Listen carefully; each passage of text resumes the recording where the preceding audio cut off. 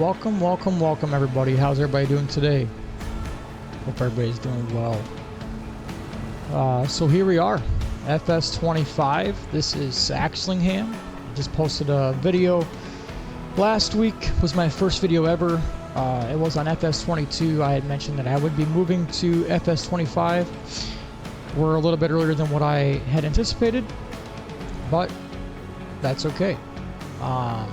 So right now I'm not going to continue the Carpathian Countryside series. It was only one video. I'm going to completely move over to FS25, and Saxlingham is the map that I'm going to play on, and so that's where we're at. So I'm going to give a rundown of my intent for this series and what we're going to do on this map, and then from there, once I get done explaining kind of what my intent with this map is and what this playthrough is going to be, I would like to talk about forgiveness as the lesson of the day. And when talking about forgiveness, I just want to, share with what God says and what God has shown me through the process of my healing and forgiveness, and how that's all kind of played out for myself. So, start out here. So on Saxlingham, what I did is I started out on the starting farm. So starting farmers, we have 7, 19, obviously the farm in the northern corner here. And also we have fields 3 and 2. So the goal of this, or I should say the intent of this playthrough, is going to be own the map. When I say own the map, we're not going to be doing productions. I'm not trying to own the productions, but I want to own all the farmland and all the farms and maintain cattle on each one of the farms. So that is the intent of the playthrough. And with that being said, obviously it takes time to accomplish that. So we'll be using AI workers. We have the auto drive course from Auto Drive Guy on here already installed, so we'll be utilizing that quite a bit. My intent is to do, I would say, the majority of the harvesting. I enjoy the harvest aspect of it, and we'll just have drivers be running our grain carts back and forth as we fill them up. And then we are going to be using precision farming. I think precision farming adds a lot to the game. I enjoy what it entails for taking care of the land, and honestly the ease of fertilization and seeding and the efficiency that comes with that. So we will be utilizing precision farming as well. And then we're just going to try and progress through it as quickly as we can, see how fast and how long it'll take us to purchase all the farmland here on this map, and then also to be able to put animals in to each one of the animal pens. So yeah, that is the big intent of the map. Okay, hang on here. Let's get this guy back on track here. Yeah. So I mean, if anybody has any comments, any suggestions, how we can accomplish that, how they would want to see that, any suggestions for a series. I would like to run 2 series at a time. I'd like to run this one as kind of the relaxing playthrough where we're just trying to own the map, trying to buy the farmland, and then have another series running that we actually have a intent and goal.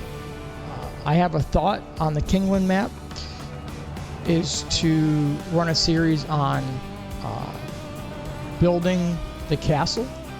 So I might run that one in conjunction with this one. But right now, this is where we're at. I guess I got to do some testing on my own and figuring out exactly how that all plays out, and kind of go from there. So right now, this is just going to start on this one and play it through. Hopefully everybody enjoys watching it. If anybody else is playing on the map, you know, hopefully they'll enjoy playing through it at the same time. So yeah, we're going to try and own all of Saxlingham, and it is a beautiful map, but we have quite a few fields to have to buy. Some cheap, some not so cheap. 123,000, but then we also have fields upwards of 730,000. So starting out just arable will definitely take some time. And obviously with the more fields we have, we also are going to have more equipment. And I do have a loan. I took out a $2 million loan to purchase all the equipment that I have here on this farm, and also the land, so that way we weren't starting out debt free. So it will be a challenge, a little bit of a grind, but that's one of the enjoyable parts of Farming Simulator I found, is the realistic aspect and play of it, and how you can play as easy as hard as you want. Everybody has their own play style. I try to play a little bit more realistic, not super realistic and completely realistic, but realistic aspects of the game. But then I do also enjoy the ease of life mods that are out there as well. So, oops, wrong button.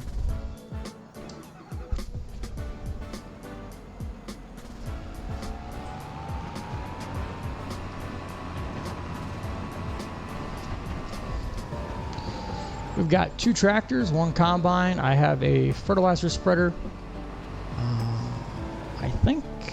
I think that's about all the equipment that I have. So we're gonna have to buy quite a bit. Tractor, trailer, fertilizer spreader, combine, one weight. I think 2 weight. Yep, 1 weight. So we still gotta buy our seeder. Still gotta buy our sprayer. I have in.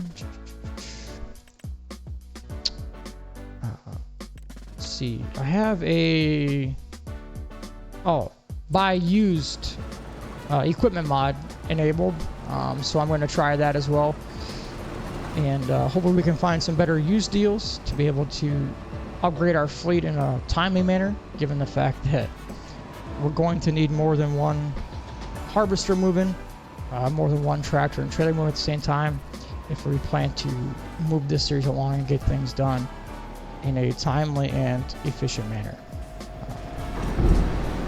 So that's the plan. But yeah, if anybody has any suggestions along the way, anything that they want to add to the series, anything that they think would help with the series, I am all ears, open to suggestions on things that everybody likes to enjoy watching. I know we all have our own things that we enjoy when it comes to watching the content. So I'm all ears to be able to put Farming Simulator content out there that everybody enjoys watching. And yeah, so if you have any comments, any questions, put that out in the comment section. I'll definitely read that. So as far as the lesson goes for the day, forgiveness. I think that's one of the important lessons that can be difficult to put into action. We've all faced different things in our life, different things that have hurt us or caused us either bitterness or resentment, anger, whatever the case might be, right? And we all have endured our own suffering in our own way, and forgiveness is one of those things that brings absolute healing into your life. And without it, there's always going to kind of be that bitterness and resentment, and it might hide itself for a while. You might not realize it, you might not even acknowledge it at the time, but all of a sudden something will come up that'll remind you, or people will use the word trigger. It'll trigger that emotion or that response again, and then all of a sudden you'll kind of be reliving that same thing again. So forgiveness is very important. It's so important that God calls us to forgive, and he says that if we don't forgive, we won't be forgiven. And he talks about a bunch of other things that we're going to get into as well on forgiveness and what it does within us and what it does to us, and how when we forgive, what it does for us in our life. So yeah, forgiveness is extremely important. It's one of the things that God really dealt with me early on, and I mean, I would say it took, for some of the biggest issues that I was dealing with, he worked on it right away, and I would say it took me, about 6 months to really understand and be able to move forward. And then there were some other issues. The one testimony which I'll give is the one that it was a better part of a year that it took to deal with it. And part of that was it wasn't even at the forefront. I didn't even quite realize how much of an issue it was, in that I was actually really harboring it until there were some things that came up, and the bitterness that I had towards the situation was actually causing me to be very disrespectful and disobedient to things, and I was using it as an excuse to not do certain things. And then that's when God kind of revealed to me that I was really holding on to this bitterness and resentment. Then I needed to forgive, and I needed to work through, and I needed to surrender to him. And a lot of it, that's what it comes down to, is that full surrender to him. Sometimes we just want to hang on to it because we don't want to let it go. We want to be bitter and angry about it because we feel like we've unjustly been hurt, or there's people who have done things to us that it's beyond our comprehension, right? Like, why would someone do what they did? It makes no sense. There was no reason for them to have done it. And that can be a difficult thing. I think all of us, a lot of times, that's what we hang on to, is not understanding that reason why.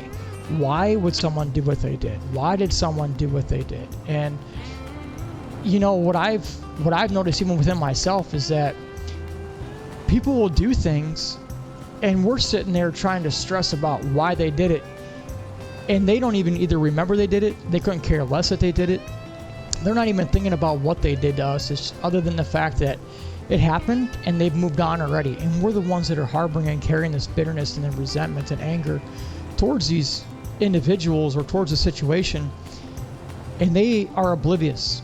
We're dying on the inside, literally, and they're going on about their life. And I'll be perfectly honest, for me, that alone, that aspect alone, the fact that I was sitting there dealing with it, and they were just oblivious to the fact that they had even offended or hurt me, and they were just going on with their lives as if nothing ever happened. That was hard for me to deal with, because I wanted to know why they were doing what they did, why they did what they did, and the fact that they didn't care made me even more angry and more mad, and made me understand even less. So, I mean, if there's anybody out there that's hanging on to some hurt and some pain and some bitterness right now, just know, number one, you're not alone. You're not the only one that is going through this, right? And I think that's one of the biggest things that we can take away from a lot of things, is that we're never alone, and we're not the only ones going through stuff. As much as we want to believe it, in the moment when we're really struggling and we're dealing with all that hurt and pain, saying, hey, nobody understands, nobody gets it. There is more people out there than you can possibly imagine who are either going through the same thing or have went through the same thing, who truly do understand, and they do care. And when they ask and they are trying to help you, they really do care. And that's honest truth. That's what I've found out in my own walk, in my own life, is that You know, as much as I've told myself that people don't understand and they don't care, they really do. And a lot of people really mean well when they're coming to ask you how you're doing or how they can help you. They can see that you're struggling, and they just want for us to get better and not to have to carry that around. They might not know how to truly help us, but they truly do care, and their intentions are good, right? They got good intentions with trying to truly help us out. So what I want to do in the midst of talking about forgiveness is I want to read a verse that God really highlighted to me in the middle of my struggles and my trials, and kind of really use it to enlighten me as to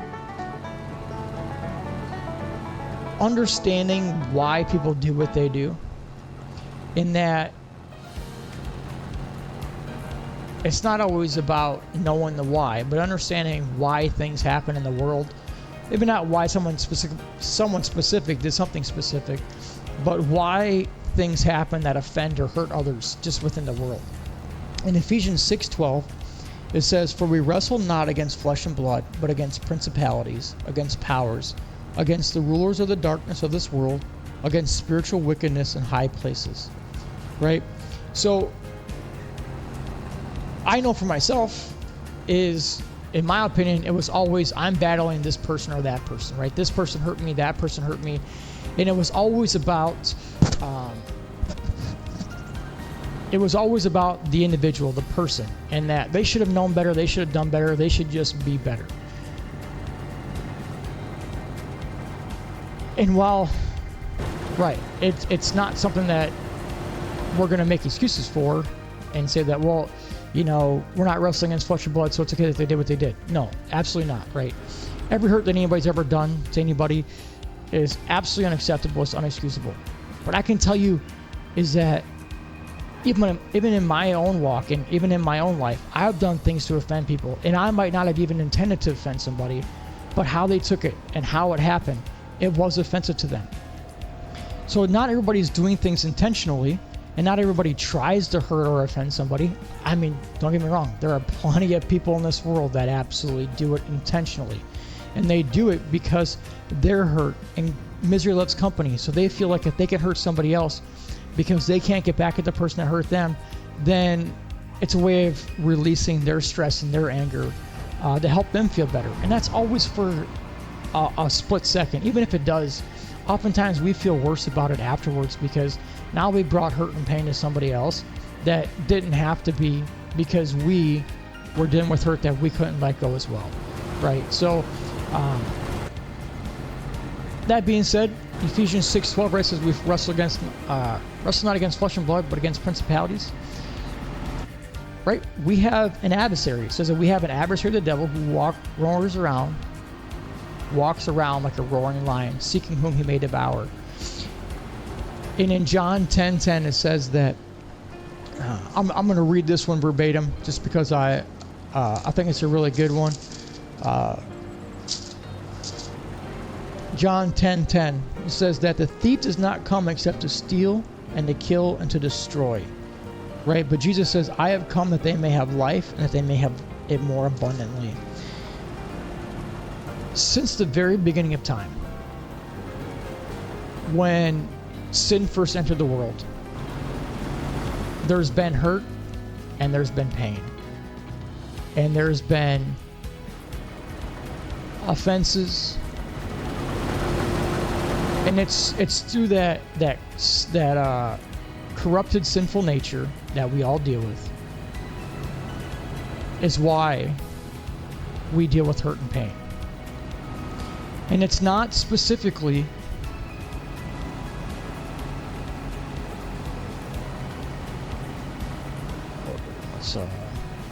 let's hire worker here.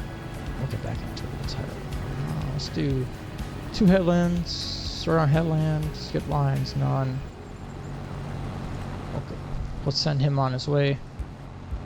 And we'll let him harvest that field while we move on and do this.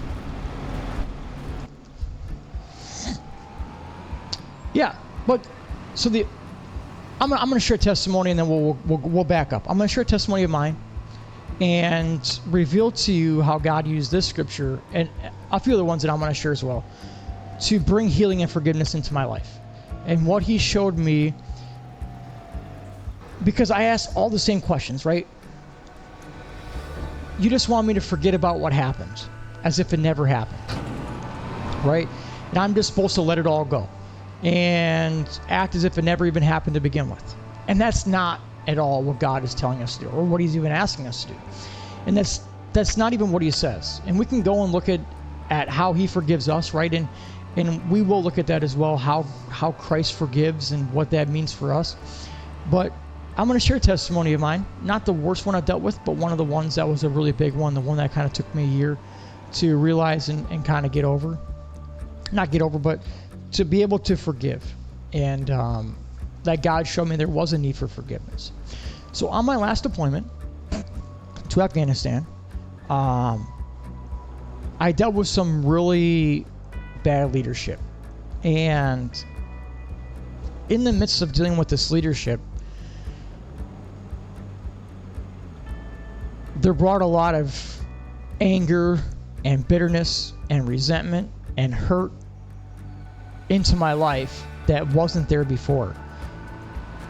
I'm not going to give you the whole rundown of my entire military career and the things that I dealt with throughout my entire military career, but there have been times where I feel like I've done things to deserve recognition, or I've done good things in my life, in my career, and I was never rewarded for those things. And you would always see the people getting rewarded, and I know everybody's like, well, you're not supposed to do it for the glory, you're just supposed to do it out of the selfless service, and that's true. I'm not taking nothing away from that. But every once in a while, I think it's nice to be rewarded for the good things that we do, and for when you go above and beyond like they want you to do, it's nice for there to be recognition once in a while.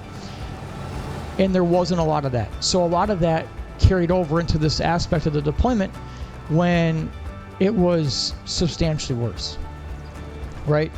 So I went to the deployment. I went through certain things, given some situations with some really bad leadership. There was a lot of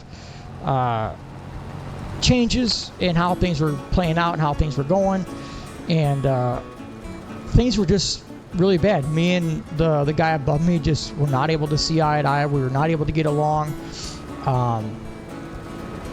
We had tried to have conversations. We tried to work things out. But no matter what we did, no matter what we tried, it always ended the same. With us bucking heads, with us never being able to see eye to eye, never being able to come to an agreement, never being able to understand one another. And so finally, I'm at one of my lowest points. I'm at a training exercise, and I'm laying there, and I'm realizing that I physically and mentally can't go anymore, and I have reached my mental capacity of being put down and berated and made to feel like I was less than nothing, and how worthless I was, and how my experience meant nothing, and all this time and service I had was all for naught.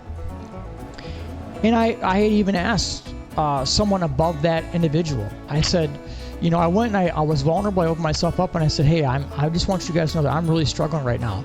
And right now, mentally, I can't go on. I'm to the point where I need to be relieved from this chain of command, or I need to be relieved from this deployment, because mentally, I can't take it anymore. And I was very low. Right, and that was my weakest moment in my military career up to that point, and feeling mentally weak was my lowest point. And when I went up to this individual and I had asked to be relieved, to be moved, to have a different command team, they looked right at me and said he wasn't in his chain of command, and there was nothing he was going to do for me. So I was left with nobody to listen to me, nobody to help me, and nobody to guide me. And I'm very thankful for the guys that were underneath me right? People above me were not there to help me, and nobody did. They all threw me to the wolves under the bus, and it didn't matter. But the guys that were underneath me were still there to encourage me and to help me, and I was so thankful for their encouragement and for the help, and for their strength, because I just couldn't. But I still was struggling with just not understanding why I didn't matter and why my experience didn't matter and why I was being treated this way. I had done nothing in my military career up to that point to be treated like that. I was always on time, always in the right uniform, always maintained military bearing, military standard, all those things that the military asks you to do. I was doing it, and it just didn't matter. And nobody I talked to try and get things fixed would listen. They all shrugged it off. They all pushed it away. They all blamed me as if I was the problem, just a problem with authority kind of deal. So fast forward, we get into Afghanistan. We're there for a few months, dealing with a lot of the same things, but now we're in a different environment, but we're still dealing with these same nuances, and it's making things very difficult to trust the individual, to listen to the individual, to all the other things that come with that, right? So I don't remember how long we're there. I think June, July, August. So let's say end of August. So 3 months. And finally, I get pulled into this guy's office, and he gives me this counseling form. Basically straight up says that him and I can't work together, and that I was going to get moved from the base that I was at to a different base, and I was no longer allowed to be a leader. No, I could have nobody underneath me, and that I was to basically just follow. And that was one of my punishments, was I was no longer allowed to lead soldiers anymore, because him and I couldn't see eye to eye, and apparently I was causing rebellion within the unit and bad morale and all sorts of other things. So I ended up getting moved from one fob to another, and honestly, it was a blessing in disguise. And I tell you that because it's easy to think that, when we're going through something difficult, and all of a sudden we get moved, and it feels like, we're the ones paying the price for what other people have done. That alone can honestly bring more anger. And it did. It brought me anger because I was now separated from the guys that I was with originally. I was told that I couldn't be a leader anymore, and it wasn't just about me, but it was about the guys that I left behind and who had to stay there and deal with the same thing. But it was a blessing in disguise, because I got to go and I got to work. I got to do my job, and I got to be around some really good leaders, some people who cared about you, some people who were willing to listen. So the change of environment, the change of scenery, the change of individuals I was with was truly a blessing from God. And I thank Him for the opportunity to not only go through that, but also to be with the people that He put me with that truly helped me out and were willing to listen, willing to hear me, willing to understand what I was going through, and who acknowledged that while, yes, we all have issues and there's things that we all have to deal with and change about ourselves, right? Nobody's perfect, and I don't take away from my own mistakes within those things, because there's definitely ways I could have handled the situations better that probably and potentially would have maybe got the attention of some people and maybe got things moved sooner. So I take responsibility for how I handled certain situations and maybe my tactfulness and demeanor. But yeah, so it was a blessing in disguise to get moved, right? And so I spent the remainder of my time over there in this other fob until we ended up coming home. And then so we come home. And the way that works, right, I'm in the National Guard. The way that it works out is that once you come home from a deployment, you get 3 months off. Okay, 3 months off. And within those 3 months, you have your reintegration ceremonies, different things that kind of help you reintegrate back into, give you your benefit talks and stuff like that, help services if you need them. And so we went through all that stuff, right? Came back home, and 3 months later, here we are back at drill. And in my mind, I thought that once we came back, things would just kind of be smoothed over. You know, I had heard that once I had left, that there was some changes that happened within that leadership over there, and that this guy that I was having issues with was a completely different individual, and that there was a lot of things that had gotten corrected. So in my mind, in my thought process was that this was all going to be smoothed over. I would come back in and basically be a clean, fresh slate, and we'd have a restart. Well, I came back drilling, and I got completely ostracized. I was not allowed to train with the guys. I was completely separated within my unit, 100% singled out, right? And completely set apart to the fact that the guys would be training and I would be sitting in the corner by myself, not allowed to train, but I'd have to watch. And that's exactly what happened. And I think I was there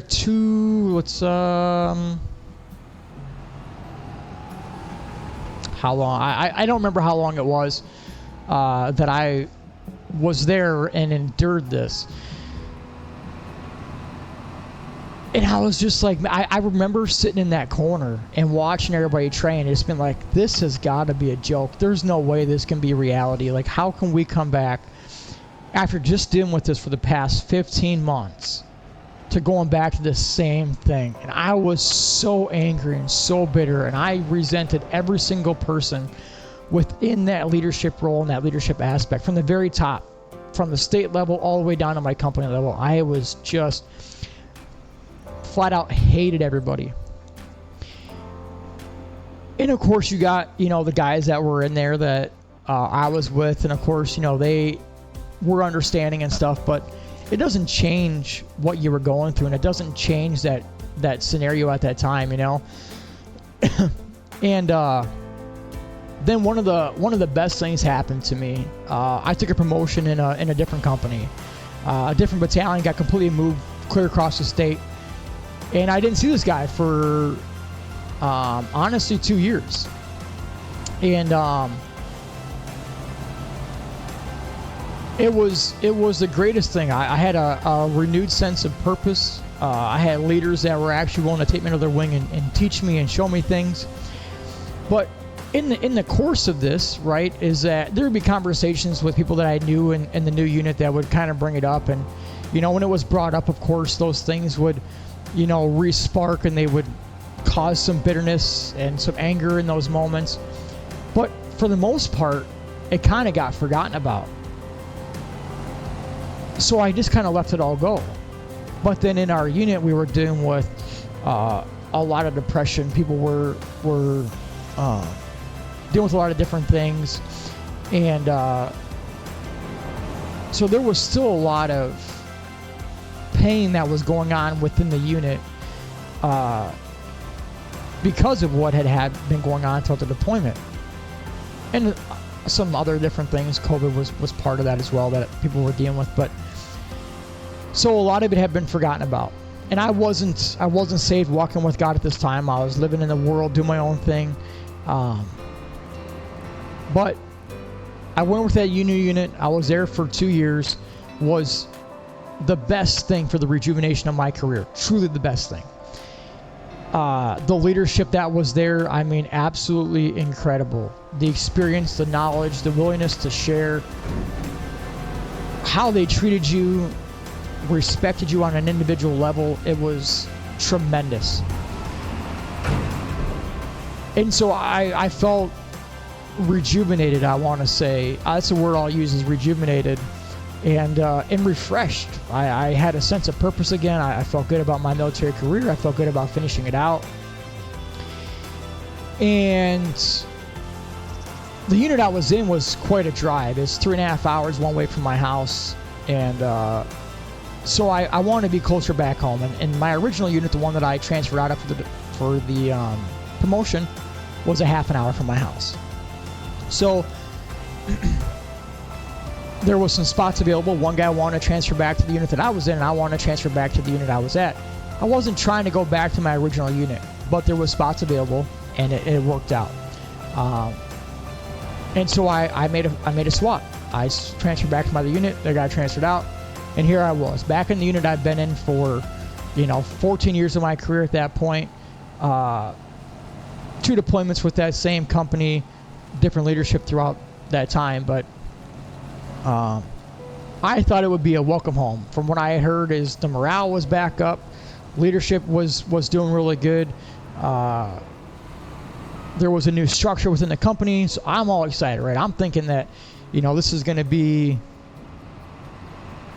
a whole new world. And man, it wasn't. There's things that just follow you around for far too long. And so many individuals want to hang on to things for far too long, and they just refuse to let things go. And so I came back in, refreshed, rejuvenated, right? My spark for the military is kind of reignited. I'm all motivated to go out and do good things. Tried to bestow that upon some of my leadership that was there. And I got absolutely segregated within my company again. And it wasn't the same kind of segregation where I wasn't involved in anything. It was a segregation of being involved but not heard. And how many times have we experienced those type of situations where it's like you're standing in a room with 5 other people, you're all talking, but nobody sees you. And that's exactly how it was. That's exactly what I dealt with every single drill, every single day. I brought my knowledge and experience, right? I put my input in. I tried to be a part of the training, the planning, the developing, and I was completely segregated and set apart again. And I dealt with that. I mean, I was in that company up until last December, and I was just like, I could not believe that it was happening again. I thought I was coming back into a unit that was rejuvenated, re-energized, the morale was up. I came back and morale was absolutely garbage. People didn't want to be there. People did nothing but complain. People hated even having to come to drill. And I mean, listen, I'm not going to sit there and lie and say that drill's a blast, right? Because there's a lot of different things that aren't. But it was just like it was before I transferred out. And I was like, man, there's no way. And there were some positions available that I wanted to take, and I thought I had earned. I felt like, in my opinion, was deserving of myself. People obviously didn't see eye to eye, and in the military, a lot of it's about the good boy system, right? It's about being a yes man, and that's never been my style, and I'm okay with that. But it sucks whenever you're deserving of something and you've earned something and you don't get it because somebody else is part of your club, or part of your good boy system, and they don't deserve it, but they get it anyway. So there was some different things that had went on, situations like that throughout the course of my time back there, that I was like, man, this is ridiculous. Like I just couldn't believe that we were still dealing with this. And so then, I got a really good friend that's in that unit. I mean, I love this man to death, right? And, he tried to do everything he could for me while I was still in that unit. But there's only so much, one person can do, and people above him weren't willing to help out. So, I was thankful that I had good friends, and there were people that they did care. It's just, unfortunately, sometimes that good boy system really gets in and it clouds things and it hinders things. But even that good boy system, that alone in itself really brought me a lot of resentment and anger too, because I was like, I think this is just so silly. It should be by merit, it should be by quality and how well you do and all your merit things. It just wasn't. So fast forward, they leave, right? I'm back at home, and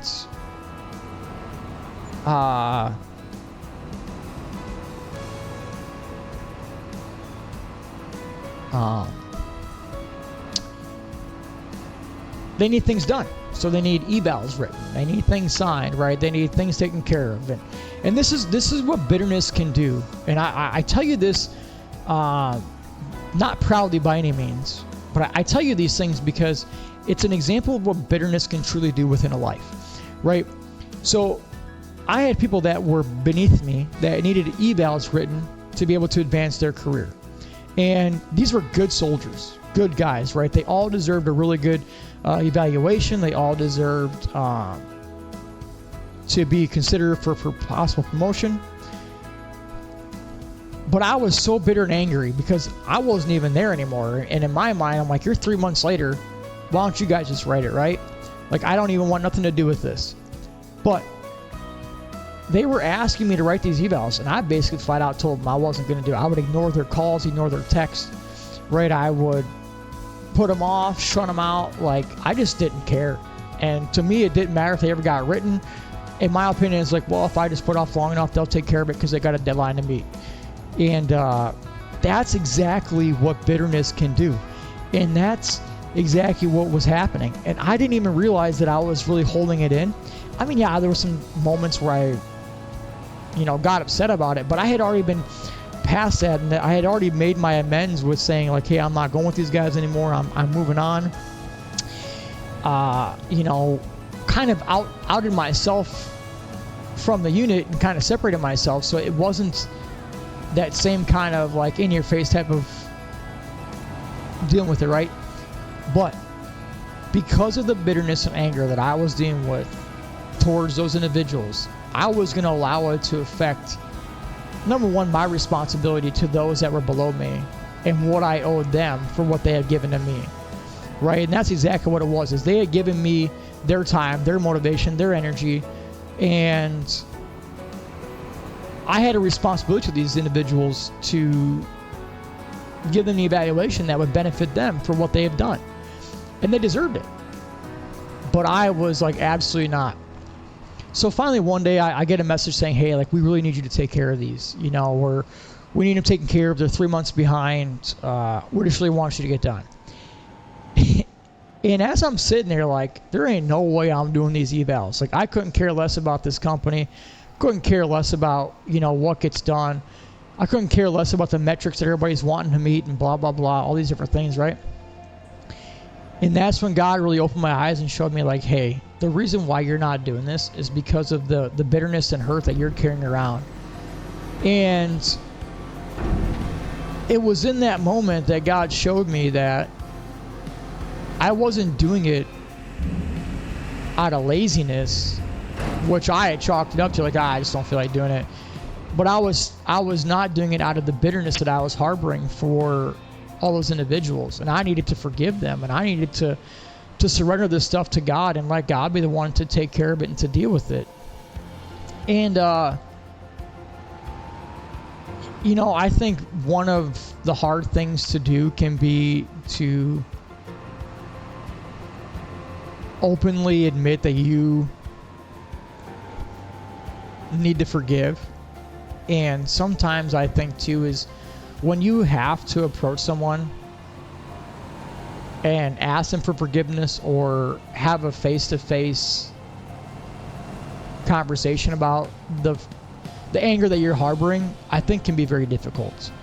And I didn't get the face-to-face opportunity in that moment, but what I did get was, I emailed some people that I was really bitter towards and was holding a lot of resentment towards.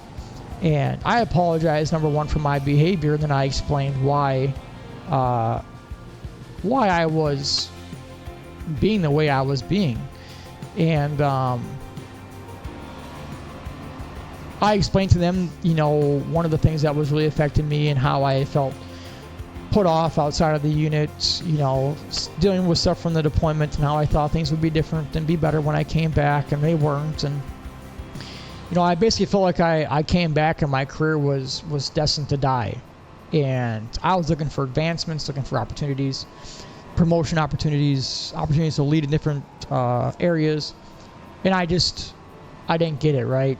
And so what I did is I simply just, emailed some people, and I explained to them what was going on, explained to them that I would take care of the evaluations. But first and foremost, I needed to let go of the bitterness that was in my heart towards all of them, because it wasn't fair to the guys that I had responsibilities to, but also it was affecting my ability to think clearly. It was affecting my ability to be responsible on an individual level and on a leadership level. And I wasn't hurting just myself anymore. Now I was hurting other people who had nothing to do with it, they had no skin in this game, but yet I was taking it out on them indirectly because I was allowing my bitterness towards other people to hinder me from doing what I know I needed to do. And that's what bitterness does. It's exactly what it'll cloud your mind so deep that it's no longer about revenge to those that have hurt you. Now it's about, you don't care who you hurt, and you don't care who it affects, because misery loves company. And if I'm miserable, everybody's miserable. Or if I don't want to do something, I'm just not going to do it. And so I was so thankful that God finally showed that to me. In that, we're talking, this happened last year, came back home in late 2019, was it 24? You're talking 5 years I was carrying this. 5 years I was holding on to all this bitterness and this resentment. And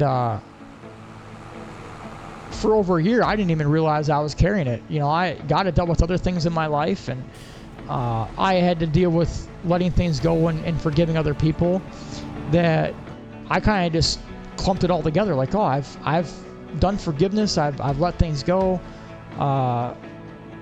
So in my mind, this wasn't even an issue. But God has a very good way about revealing the heart and what's in the heart. And if we're willing to listen to what God shows us, He will reveal to us what we need, what we're dealing with, and what we need to let go, so that way we can have that true peace and healing. And that's exactly what God wants us to have. He wants us to have that true absolute peace, that true absolute healing. But it only comes from Him. And that's why He talks about, He says, if you don't forgive, He says, you won't be forgiven. And in James, it talks about letting go of all the bitterness and envy and strife. I'm going to park this tractor right here for now. We're going to get this other guy going on these other two fields to harvest. And then while he's harvesting that, we're going to get the baler going. We got to buy a baler. Oh man, how are we ever going to have any money? We want to sell these for the most part when prices are high, but we ain't got a lot. We ain't got a lot of money. We ain't got a lot of crops. We got a $20,000 debt every month. We don't have any residual income coming in other than our harvest. And we still got to plant. We still got to... Holy moly, we still got to plant. Take out another loan. Whoa. Hold up. Yeah, we're gonna come back to this conversation in James. We're coming back to the forgiveness aspect. We're just gonna get this guy moved over, get him set up. You know, I absolutely love this map, and I think what's so cool about this map, I love American maps because they offer you wider roads, bigger roads, and that's what I loved. I loved using big equipment, trying to get everything done as fast as I could. Right, I was fast and furious farmer. That was literally how I played this game up until. Well, I just started playing again about a month ago, not even quite a month ago. But what I like about this map is I love the odd shaped fields and the irregular shaped fields, and that's one of my favorite maps in FS22 was Edgewater, Saskatchewan, because it had that odd shaped fields. So I was able to have variation, especially when I came over to PC. Because I could use course play, which I absolutely love course play, and just love to be able the ability to do variations, GPS, things like that. Where's our? Okay. But what I enjoy about this map too is that you have all the variations of the European style maps. The yards can still be a little bit tight, which I'm not a overly huge fan of really tight yards. I like to be able to move my equipment around and get in and out without it being chaotic. But you can actually move some equipment up and down this map. So I enjoy that. I think that's awesome. I get to have, in my opinion, the best of both worlds, which I'm a huge fan of. We're going to cut traffic off here because, well, that's what we're going to do. As farmers, we own the roads. We have the right of way. Yeah, at least in Wisconsin, they say we got the right of way. Maybe traffic doesn't always agree with that, but I would say for the most part, as farmers, they pretty much understand they got the right of way. They use the road when they have to, and when they don't, well, they got the bigger vehicle, so everybody will get out of the way. Oh, what are we doing? Wrecking our crops is what we're doing. Can't afford anything. Can't afford to let anything go. We're just gonna let this dude have at her. We're gonna go back at our tractor. Yeah, we're gonna skip to that. Yeah, so I absolutely just love this map. Love the fact that we can use some bigger equipment if we want to, if we were to choose to do so. But just love the fact that we got all kinds of different shaped fields. Not a huge fan of field number 6. That one might not be a big fan of mine, but for the most part, I enjoy this map, enjoy the fields. Look forward to playing on it for a while. And even if we get another series going, you know, the cool thing is the On the Map Challenge is we can get this going for a while. Once we get one of these cow farms, I think this one up here is around 500,000. You know, we'll be able to get some residual income going and hopefully be able to expedite this a little bit too. So I think that'll work out really good. All right, so let's go back into James. So in James chapter 3, verse 14 through 16 says, "But if you have bitterness, envying, and strife in your hearts, do not glory, and do not lie against the truth. This wisdom does not descend from above, but is earthly, sensual, devilish. For where there is envy and strife, there is confusion, and every evil work." And that's so true, right? When we get that bitterness within ourselves, it destroys us from the inside out. And we'll send this dude over to field 3 while we're at it. And then,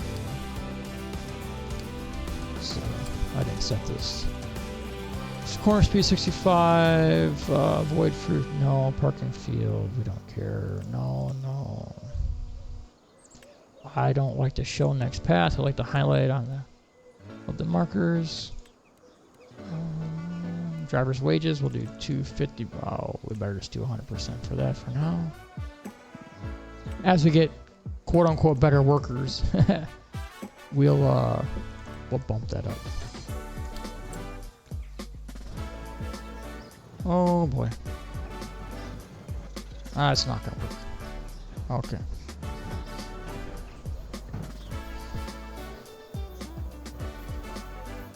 So that didn't go as planned. Probably because the auto drive course set for him to go the opposite direction. Through there. I didn't actually look at the auto drive course before I set it all up. But anyway, so there we go. So we're going to automate this just for a few minutes as we talk about bitterness. So yeah, it's, what does it say? It says that for where there is envy and strife, there is confusion and every evil work. It says, if you have any bitterness, envy, and strife in your heart, it says, do not glory, do not lie against the truth. And it's important for us, for God to reveal to us the things that we're dealing with, right? The things that we are holding in our hearts that are causing bitterness. It's not always enjoyable when God reveals those things, but it is important for Him to reveal those things to us. That way we can acknowledge them and then surrender them and then have forgiveness. And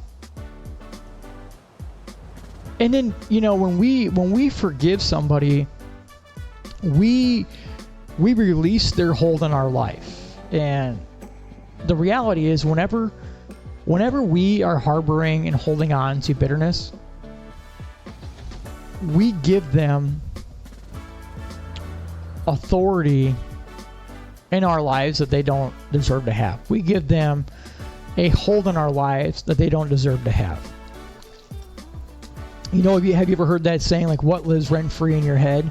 Right? They live rent-free in our head because it doesn't cost them anything. It doesn't cost them time. It doesn't cost them energy. They could care less. And like I said in the beginning, most of the time, they don't even know it. And they're living their life without any recollection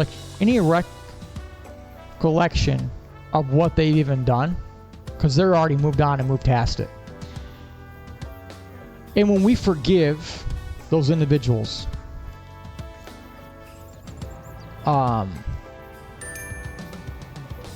we release and relinquish that stronghold that they have on us. And we no longer allow them to have that same authority over us. And we can now have peace in regard to that situation.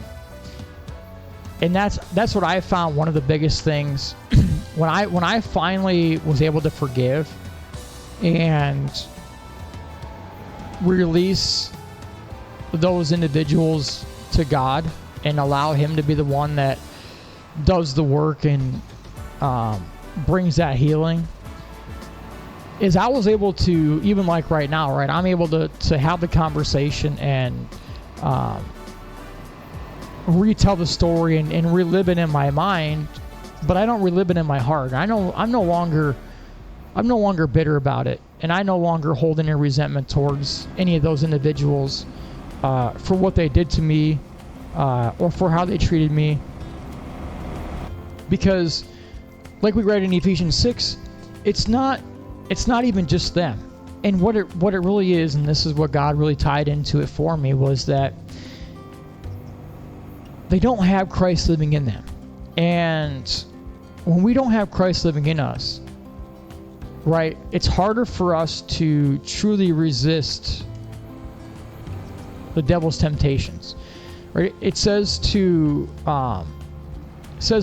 resist the devil and he will flee from you. Right? But if we're not resisting the devil and we're giving in and we're allowing those thoughts and those opinions and those outside sources to influence our behaviors, that's why we hurt people the way we do, is because we've allowed a thought, we've allowed an action, we've allowed something on the outside of us to dictate or influence how we're going to behave, respond, or react. And in the one of those three things is oftentimes what brings in that hurt and that pain towards someone, right? That's what brings in the offense oftentimes. So I had to realize that I'm not upset at the individual, right? Because I know that what they need is the same thing I needed, right? I'm gonna read a really cool passage in, I think it's Titus. Yeah, I think it's Titus. We're gonna go into Titus quick. And this is what God had showed me too. Whenever we were I was dealing with this was that it's easy to always look at the things that everybody else did and the things that people had used to hurt us.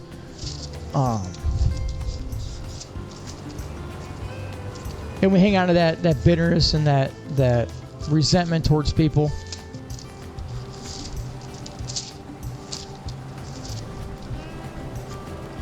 But one thing that we have to remember, right, is it says Titus 3. It says, to speak evil of no man, to be not brawlers but gentle, showing all meekness to all men. For we ourselves also were sometimes foolish, disobedient, deceived, serving various lusts and pleasures, living in malice and envy, hateful, and hating one another. But after the kindness and love of God, our Savior, toward men appeared, not by works of righteousness that we have done, but according to his mercy he saved us, by the washing of regeneration and renewing of the Holy shed on us abundantly through Jesus Christ our Savior, that being justified by his grace, we should be made heirs according to the hope of eternal life. And that's exactly it. I was hanging on to it as if like, how dare they do this to me?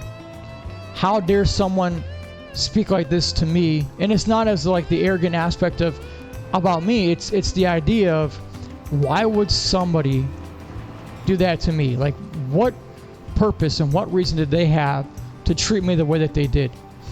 And then it's easy to be like, well, I would never do X, Y, Z. I would never do something like that, right? I've never done this or that. And it's easy to start comparing, contrasting different variations of sin. But like we just read in Titus, right? Remember that we once were a certain way. God himself doesn't differentiate sins and severity of sin as being accountable for doing something wrong. A sin is a sin, and we're held responsible regardless of the sin. Now, it doesn't take away from the fact that there are different levels of judgment based off certain things, but sin is sin, and we all at one point were sinners, lost on our way to hell, and we were doing things. We were living our life for ourselves. We were speaking words that we weren't being cognizant of. It was okay to do things out of anger. It was okay to do things out of bitterness. And if we hurt someone, well, we hurt someone, right? It was not to us. It wasn't that big a deal. I speak for myself. To me, it wasn't a big deal. I've hurt dozens of people that I'm not proud of, right? And I thank God that he forgave me. I thank God that he saved me. And I thank God that he transforms me and that I'm no longer living in that same mentality. But when I was looking at the hurt that people were doing to me, it was always the how dare they, how could they, and why would they? And God revealed, what God reminded me of was that I once was that person. And when he revealed that, it wasn't a way of saying like they're excused for doing what they did, but it also says to pray for those, right? Pray for those individuals that hurt you. Pray for those individuals that use you. Pray for those individuals that that'll put you down, right? And it's like, well, how could I pray for someone that has caused me so much hurt and pain? And it can be difficult. There's times that I find it difficult to pray for individuals when I know that they're doing things that are wrong and they're intentionally being hurtful towards people, whether it be myself or someone I love or just in general, right? We see it, and it can be difficult for us to pray for those or to even want to pray for them. But when we remember and we go back to Ephesians 6, right, it says we wrestle not against flesh and blood, but against principalities. Just like Satan was doing in my life and everybody's life, is he's trying to destroy us, right? We said that he comes to steal, kill, and to destroy. He comes to steal your joy and to steal that sense of happiness that comes only from God. He comes to kill all relationships and to destroy your relationship with God, because he knows that the closer you get with God, the more you're going to be able to outpour that love. And so one of the really cool things is, right, it says that not to forget where we came from and what God did for us. And then secondly, we remember that he says to love those and pray for those who have hurt you, who have persecuted you, who have used you.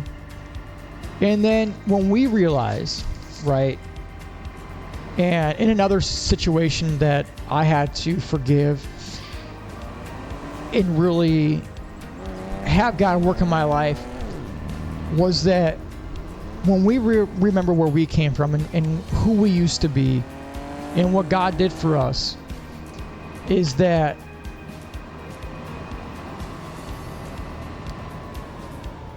we realize they need salvation too. And it doesn't matter the sin that they've done. It doesn't matter, in our mind, the evil things that they've partaken in and that their sin is worse than ours. What it comes down to is that just like I was once a sinner lost, living with no realization of what I was doing, I didn't take into account other people's feelings. I lived my life for myself, and it didn't matter who I hurt. But if God saved me and transformed me and loved me enough to forgive me, and he says that he forgives us to the point where he doesn't even remember what we've done. You know, when God forgives, it's completely washed away as if it never happened.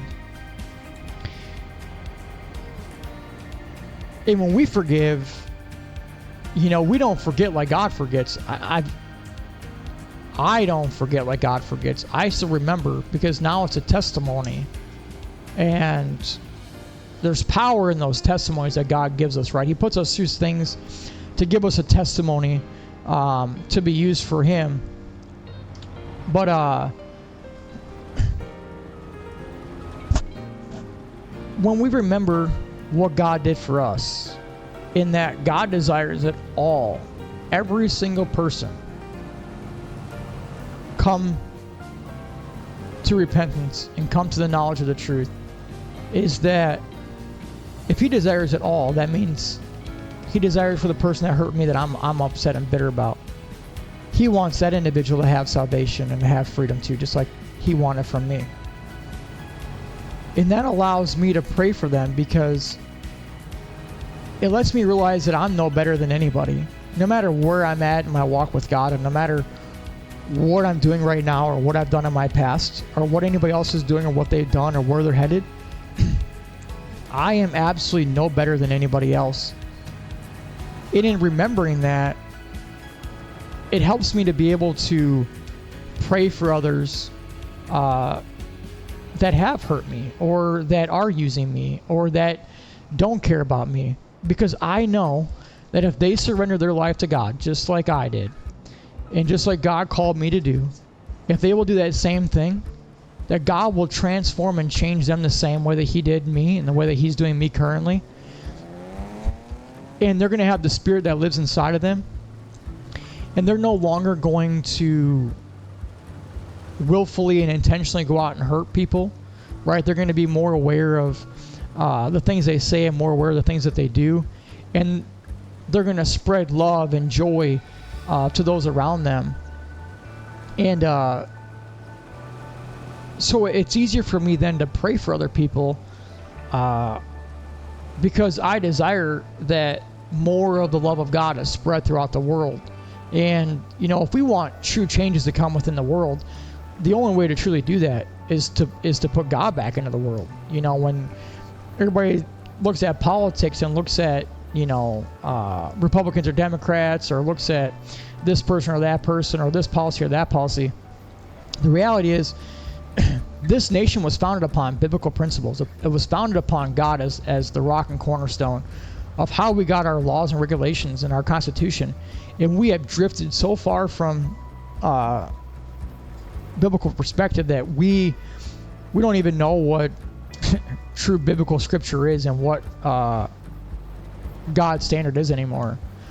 But the reality is, if we want to truly see a nation of change and truly see healing come to the nation, not just to ourselves, right, but to desire to see other people be healed, so where they're not out there trying to hurt people or just intentionally doing things or doing things out of anger or bitterness, that comes with that forgiveness, right? It comes with that healing, and it allows us to pray for them because we desire that they have the same thing. We align ourselves to God's will, and that's that all will come to repentance and come to the knowledge of the truth. And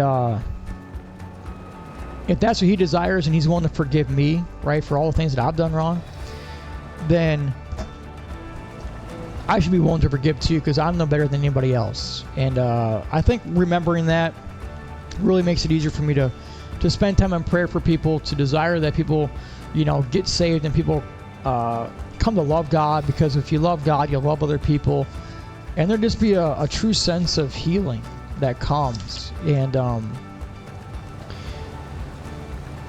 I just want to just touch briefly too on what bitterness does. And if you remember, whenever we read in James, right, and it says that it's devilish and not of God, but it's of the world.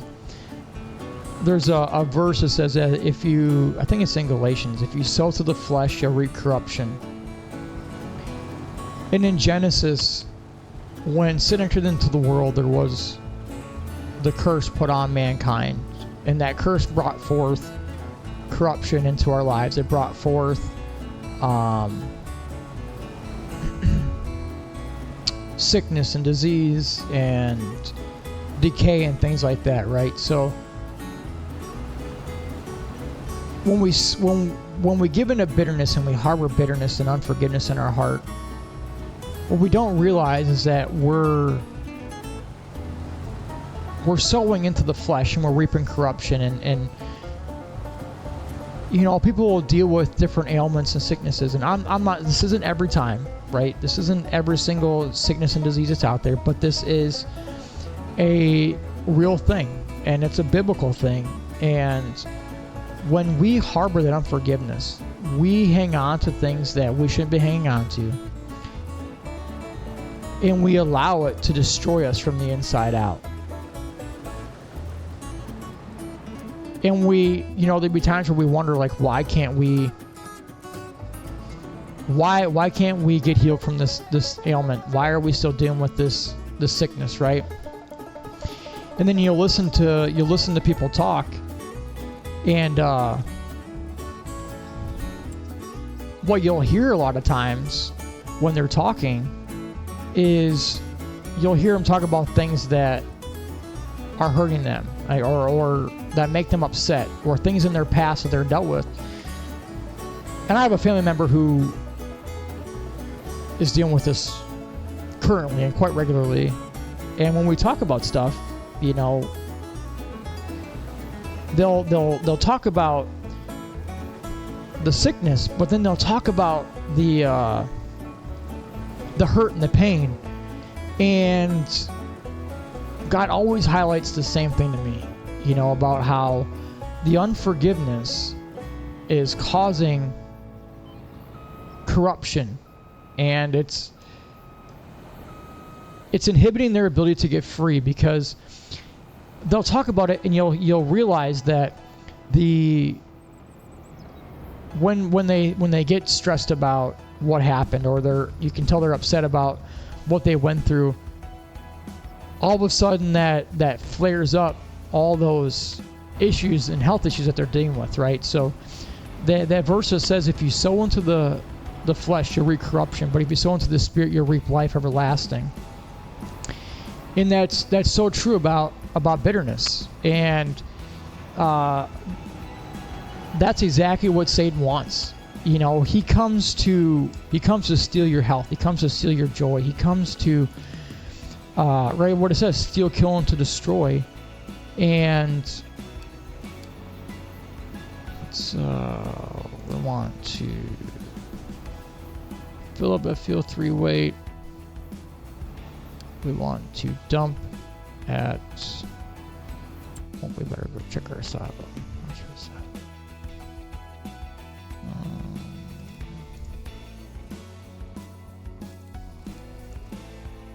Oh, that's not what we're looking for. Medium green saddle.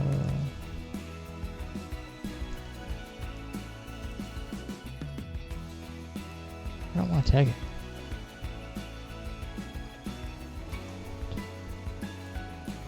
Okay, let's do this. Let's do starter farm. Maybe inside all mode. Keep on whipping around.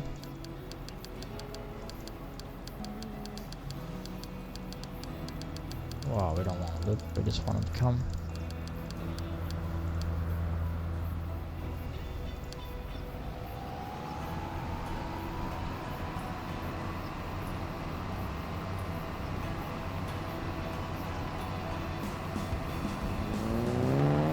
Let's jump out of here. We'll get this up and running, and we'll finish our conversation that we were talking about quick. Alright. We'll get him circling back. We'll finish harvesting ourselves. Number one, because, well, we don't got a big hopper. And we don't got a big trailer. That'll have to be an investment for our next season, is to get a bigger trailer so we can actually... We could get another wagon, but that'll be a temporary benefit for us if we do that. Yeah, so Satan comes to keep us bound and to destroy us. And there's a verse in 2 Corinthians talking about forgiveness. Let's get there real quick. 2 Corinthians 2. And it talks about, he says that, to whom you forgive anything, I also forgive. For if I forgive anything to whom I forgave it for your sakes in the person of Christ. Lest Satan should get an advantage of us, for we are not ignorant of his schemes. And that's so true, right? Is that Satan wants you to stay bitter. He wants you to stay angry. He wants you to stay divided. He wants you to stay separated, right? A lot of times anger and bitterness and resentment can cause separation, can cause solitude, can cause division. All these different things that it causes. But it can cause health issues. It can cause, anxiety, depression, suicidal ideations. I mean, there's a multitude of things that unforgiveness causes. And that's what it's talking about, is not being ignorant to his schemes, the devil's schemes, and realizing that, it's important for us to forgive and to let go. And while that might be difficult, right, one of the things that I really feel like God revealed to me in that aspect was, it's not just letting it go, it's giving it to him. And when we surrender to him, we allow him to be the one that brings to justice, right? And whatever justice aspect that is, whether that's a revenge aspect, whether that's a salvation aspect, at the end of the day, it doesn't matter. It's whatever he ultimately chooses and decides. That's what it's all about. It's just about surrendering to him, surrendering those individuals to him, and saying, Lord, if you know what happened. He sees everything. He says nothing hidden stays hidden. Everything hidden comes to light. He knows exactly what has happened. He sees it all, right? And he cares about you. He desires for you to be taken care of. He desires for you to be made whole. He desires for you to have peace, love, and joy that comes into your life. And it comes from him. So he desires all of that stuff, right? And set this to field 3. So that way we're on the same page. I don't necessarily want him to come over here, but hopefully he'll just sit and wait. But yeah, he absolutely does. He absolutely desires for you, each and every one of us, to have that true forgiveness and to have that joy. And so yeah, I say all that.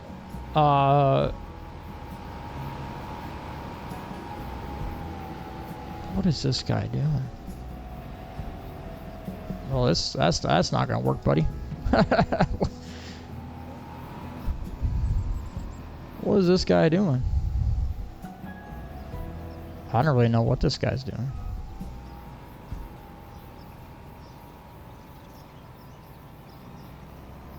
Maybe I should have let him on avoid fruits, so that way he just keep driving in the field. Alright, let's maybe doing this. Let's just park him here. Let's let him drive in the field so he doesn't wreck our crops. Let's park him so he does. Yeah, so I hope that, you know, my testimony gives you guys some encouragement. I hope that God's word will just reveal some truth to you, because ultimately it's his word that reveals it. It's him, that one that does all the softening, and the one that brings that true healing. If we're willing to forgive and to surrender those things that people have done to us. And I pray that if anybody is dealing with any hurt, any pain, anything from their past, you know, if they're able to find that true healing and that true peace and a willingness to forgive those who have hurt them. And just remember that, you know, we've all done things that may have hurt other people, even if we don't necessarily realize